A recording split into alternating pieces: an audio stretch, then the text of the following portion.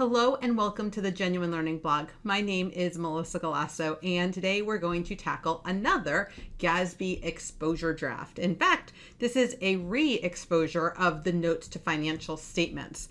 So this was issued here in June 2021. Comments are due October 15th, and this is a concept statement. So this will not end up being a GASB standard, but will be the conceptual framework for GASB when they are writing their note disclosures. And so the title of the proposal is Communication Methods in General Purpose External Financial Statements that Contain Basic Financial Statements, Notes to Financial Statements. And this is not the first time around. This was originally exposed back in 2020. However, they got some feedback, specifically in the area of what does it mean to be essential, and they made some changes based on that. However, they also want our feedback on the changes that they made. And so instead of putting it out there as final, they made the decision to go and re-expose it for a second round of comments. Now, there were other minor changes made. I'll point them out, but the real essential change is the word essential.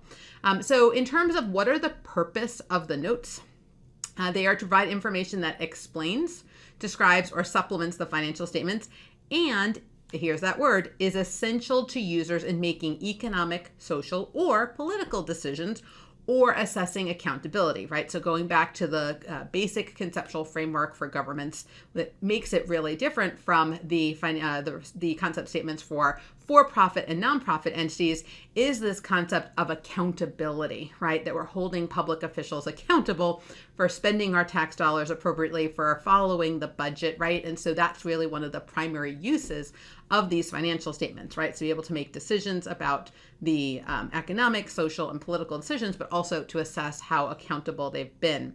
And so the notes here are an integral part of the basic financial statements. They are necessary to make the financial statements complete.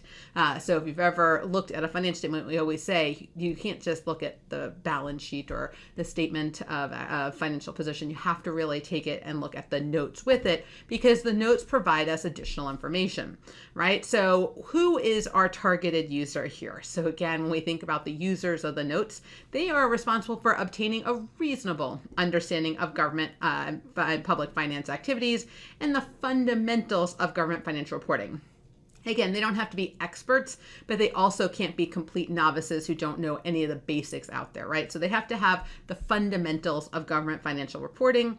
They have to study the information with reasonable diligence, right? So they have to do a little bit of work here, and they have to apply relevant analytical skills.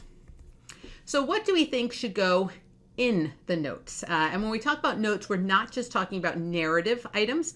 They can be quantitative, they can be explanations, and they don't have to always be in dollars.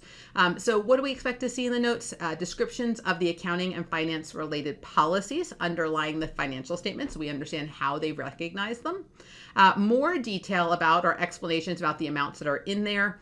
Information related to financial position or inflows or outflows of resource does not meet the recognition criteria. So sometimes it doesn't meet the criteria to be recognized, but we still want to have additional information related to those inflows and outflows.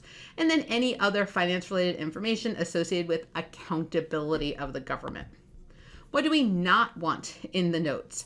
Very subjective assessments of the effects of reported information on future financial position. Obviously, this would exclude things like expectations or assumptions about the future that are inputs to measures that are in the financial statement. So for example, fair value inputs would obviously be appropriate for the notes. This is more subjective items that are not in those financial statements. Predictions about the effects of future events on financial position and general or educational information not specific to the government, right? We don't want boilerplate definitions, what is an asset? That's not really appropriate in the notes.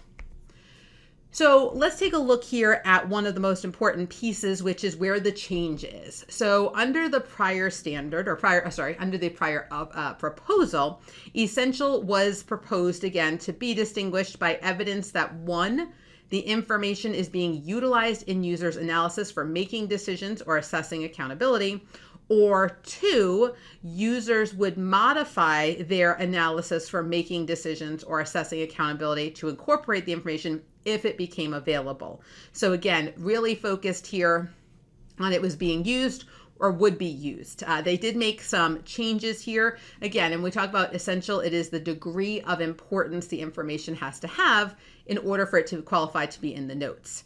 And so they have updated that definition of essential here. And the new proposal says information that is essential to users in making those decisions or assessments is evidenced by the following. So we have 3 now. 1, users utilize the information in their analysis for making decisions or assessing accountability, or would modify those analyses to incorporate the information if it were made available. So again, very similar again to utilizing it or would incorporate it if it was available. However, here's where they've added to clarify. The information has or would have a meaningful effect on users' analysis for making decisions or assessing accountability, right? So not only is it used, but it would change behavior of some sort, meaningful impact. And then here's where I think they were trying to ensure that you're not thinking about every single user.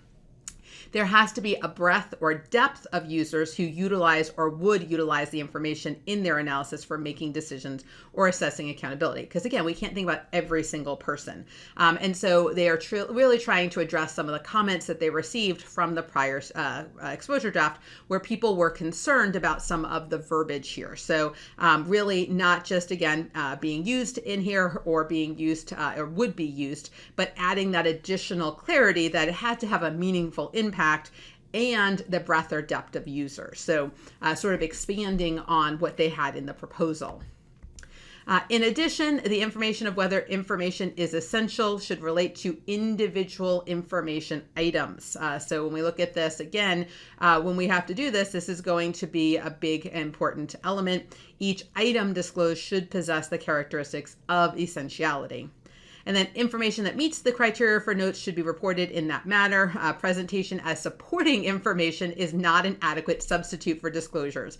And I think this is really interesting for me because this is not the first time that they've had to clarify that. There was actually one of the information or one of the implementation guides that was put out there where basically said, well, the GASB statement said do X. It was related to fiduciary activities. It said it had to be a financial statement, and people said, well, can I just throw it in, in the combining statements in the pack? And they were like, no, if we say it should be in a specific place, it should be there, right? So I think that is an interesting thing that you'd have to clarify. So kind of an interesting one, at least for me. And then reporting units. This is another area where a lot of interest was from the prior standard.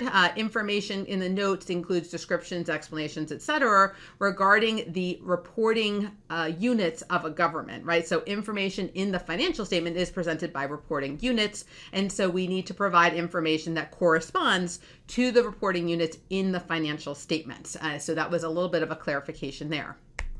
And then again, they conclude with what they always do, that it is a cost benefit, right? So at the end of the day, we have to look to see, are the expected benefits from it providing this additional information when, compared to the perceived cost of disclosing it, right? How much time and effort does it take? How much cost is there to getting the information compared to the benefits that it would be provided?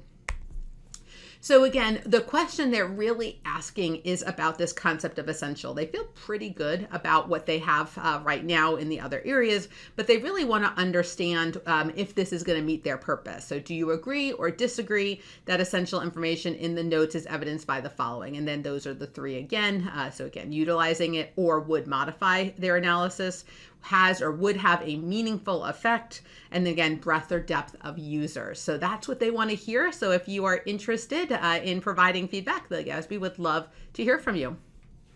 All right, so that's a wrap on today's Genuine Learning blog. It was a pleasure having you with me, and I hope to see you on a future blog. Have a great day, guys. Bye-bye.